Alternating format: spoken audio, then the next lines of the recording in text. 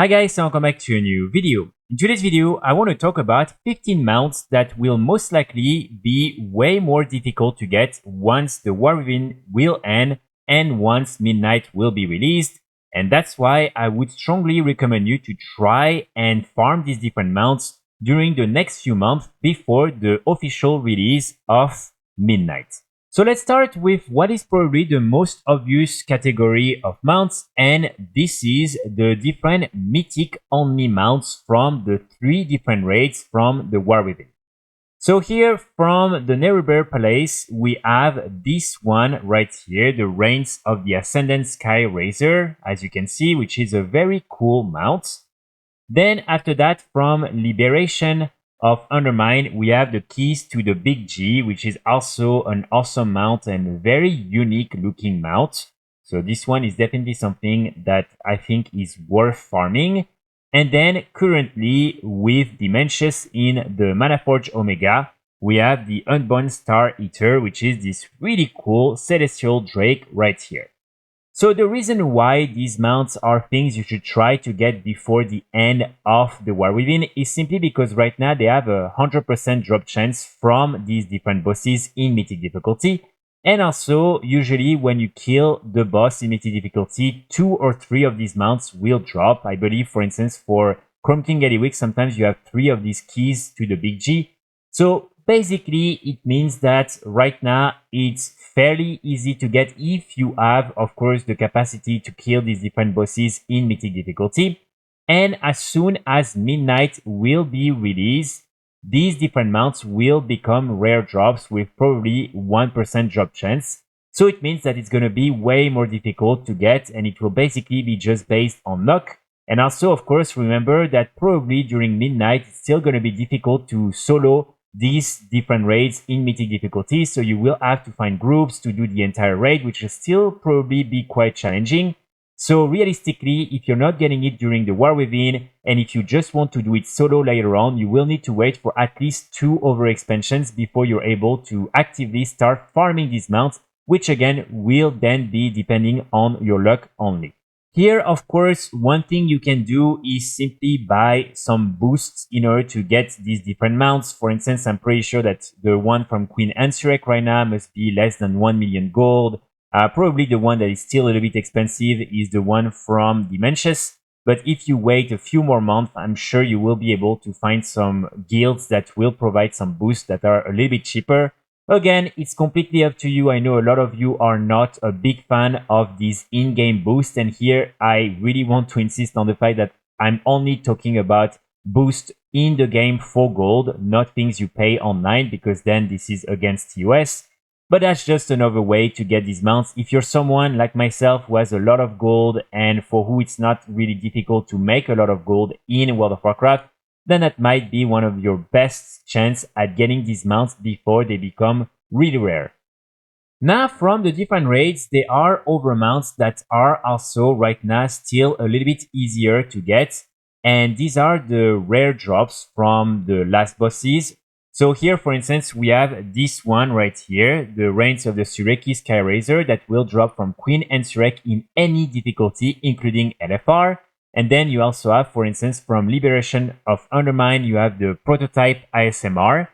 So the reason why these mounts are a little bit easier to farm right now is not because of the drop chance, because the drop chance will remain the same even after the end of the War Within. It's mainly because right now you can simply enroll to do the different LFR versions of these raids, which will grant you a chance at getting these mounts. And especially, for instance, with the Chrome King, you can directly go kill Gallywix on any of your characters and have a chance at getting the mount. Also, there's still quite a lot of groups doing it right now, so this is something that you can do pretty easily. But especially just with the LFR queue, you can just queue up. It will take a little bit of time to find a group. I would recommend you to try and do that usually on Wednesdays or Thursdays when everyone is doing it. And this is something that will definitely make it easier for you to find a group to kill these bosses. Of course, you will still be able to farm it after the end of the War Within, but again, remember, these different raids are not going to be that easy to solo anytime soon. So you will need to find other groups, and again, you will then need to do the entire raid because LFR won't be available. and so it will just be way more annoying. So here, what you can do is simply queue up for these different groups when you can, then just do some world content and things like that, and at some point when you're invited, hopefully you will be able to get the mounts. Now the next category of mounts I want to talk about are still linked to these different raids, but this time they are linked to the different renowns attached to these different raids. So here you don't have one for the first raid, but you have one, for instance, for the Liberation of Undermine. So here, basically, you will be able to get 3 different mounts when you reach the different renowns. And these mounts are these ones right here. So you have first the Thunderdrum Misfire. You then have the Darkfuse Chompactor. And finally, you of course have the Flarendo the Furious, which is the Mecha T-Rex mount. So these mounts are right now pretty easy to farm because again, in order to get the Renown, you just need to kill some of the bosses in any difficulties. And so with LFR, you can just do that super easily. Again, you will still be able to farm for these mounts later on, but you will need to find groups. You will need to do some extra steps. And especially there's going to have a lot of new content and everything. So probably less people will be doing these different raids. So again, right now you can just queue up for these different LFR, and like that you will still be able to get your Renown, and normally you should be able to reach the maximum Renown before the release of midnight by doing that. And then of course you also have the new one that is linked to the Manaforge Omega raid. So here you will have 2 mounts as well. And again, this is very similar here, and this is actually even easier. You can just go for the Manaforge Omega raid and you can just queue up for these different LFR wings. And so here, just to show you, this is what these mounts will look like. So you have the Bone Freezer at Renown 14, and then the Vandal's Gearglider. And again, these will still be available once the War Within will end, but they will just be a little bit more annoying to farm for at least 1 or 2 expansions. And then of course, they will be super easy to farm once you can solo easily the raid. Now I want to talk about 3 other mounts, but this time I'm not 100% sure that these will become way more difficult to get in midnight, or if they will instead become easier to get. So this one, again, I just want to add it because personally I do think right now they are pretty easy to get compared to what it will be in midnight, but I might be wrong. So it's completely up to you to see if you want to follow my advice on these ones or not. Basically, these mounts are the ones that you can buy with your different miscellaneous mechanica in the Undermine zone. And basically, once you have these different items with you, you will be able to buy them from the vendor, and then you can sell them on the auction house. So you have these 3 mounts right here, the Asset Advocator, the Innovation Investigator, and also the Margin Manipulator. So the reason why I think personally that these mounts will become more annoying to get when the War Within will end is simply because less people will be farming for these, simply because less people will be doing all the content in the Undermine zone. And also there's going to have new opportunities to make some gold and everything.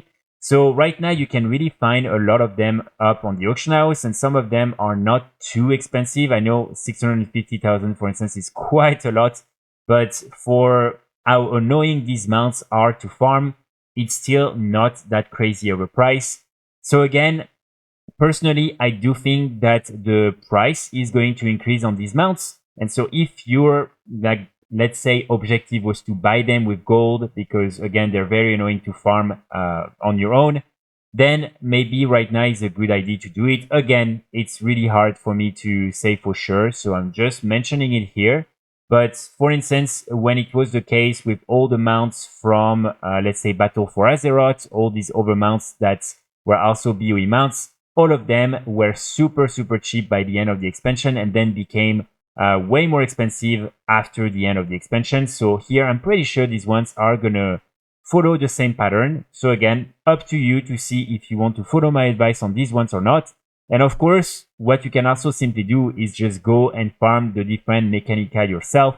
Just need to kill all the different rares in the zone on all your different characters. It's just going to take you quite some time because you need 75 of these in order to buy all 3 of the mounts. Now, the two last mounts that I want to include in this list are the mounts that are linked to the Darkfuse Solutions Cartel in the Undermine Zone. So here you have the Darkfuse Demolisher, which is this really cool mount you will be able to buy from the vendor when you will reach Revered. And then you also have the Bronze Goblin Waveshredder that you will receive from the Darkfuse Trove, which is basically the Paragon chest you will get every time you reach 10,000 points after reaching Exalted. So the reason why these two mounts, in my opinion, are easier to farm right now is simply because the way you increase the reputation with this cartel is by getting some of these different market research. These are some of these different items or the currency that you will be able to get when you kill some cartel members in the Undermine Zone. And basically, when you have some of this market research with you, you will then be able to buy some of these boxes of Darkfuse Miscellany. And like that, you will each time receive 500 of the different reputation points with the cartel. So this means that you need to kill a lot of mobs in order to get a lot of these different market research. And here, the most efficient way is to simply go in pre-made groups in custom. And usually you will find some of these different Darkfuse groups that will be available. And then you can just join these different groups. And with other people, you can kill tons of these mobs. And it is a very easy way to get tons of these different market research and reputation points. So this is still something you will be able to do after the end of the War Within. But I doubt that, especially during the first few months and probably the first year of the new expansion, a lot of players are going to be coming back to farm this market research, or at least there's probably going to have less opportunities for you to find groups. There's probably still going to have some of people that will be farming it, but I just think right now it is way easier to find a group and to do it efficiently. Here, I just want to highlight two things. First of all, I would strongly recommend you to use these different items right here when you are doing this farm, because it will increase the amount of the different research you will be able to get from the mobs. So just something for you to remember. And also, these different boxes are things you can buy and open at any time. So here, I would recommend you to wait for when some of the different Dark Moon Fair events or other holiday events are up, because you will be able to get an increased reputation gains. And also, we've seen that with the very specific event that allows you to get the plus 100% reputation gains for the War Within reputations, this is something that will also be a good moment for you to open these different crates. So again, we don't know for sure if there's going to have another one of these different Winds of Mister's Fortune events in the future. But if that's the case, then you might want to just hold on to your market research in order to do that at that moment, because then you will be able to really reduce the amount of market research you need to farm. So that's pretty much it for today's video. Of course, I haven't included in this list all the different mounts that will also become unobtainable. I will cover this in another video. And I'm sure there's also a few other mounts that will become a little bit more challenging to farm when the War Within will end. And so please, if I forgot to mention any of them, let me know in the comments. I will be back very soon with more guides and more videos. And in the meantime, I wish you all a great day. Bye!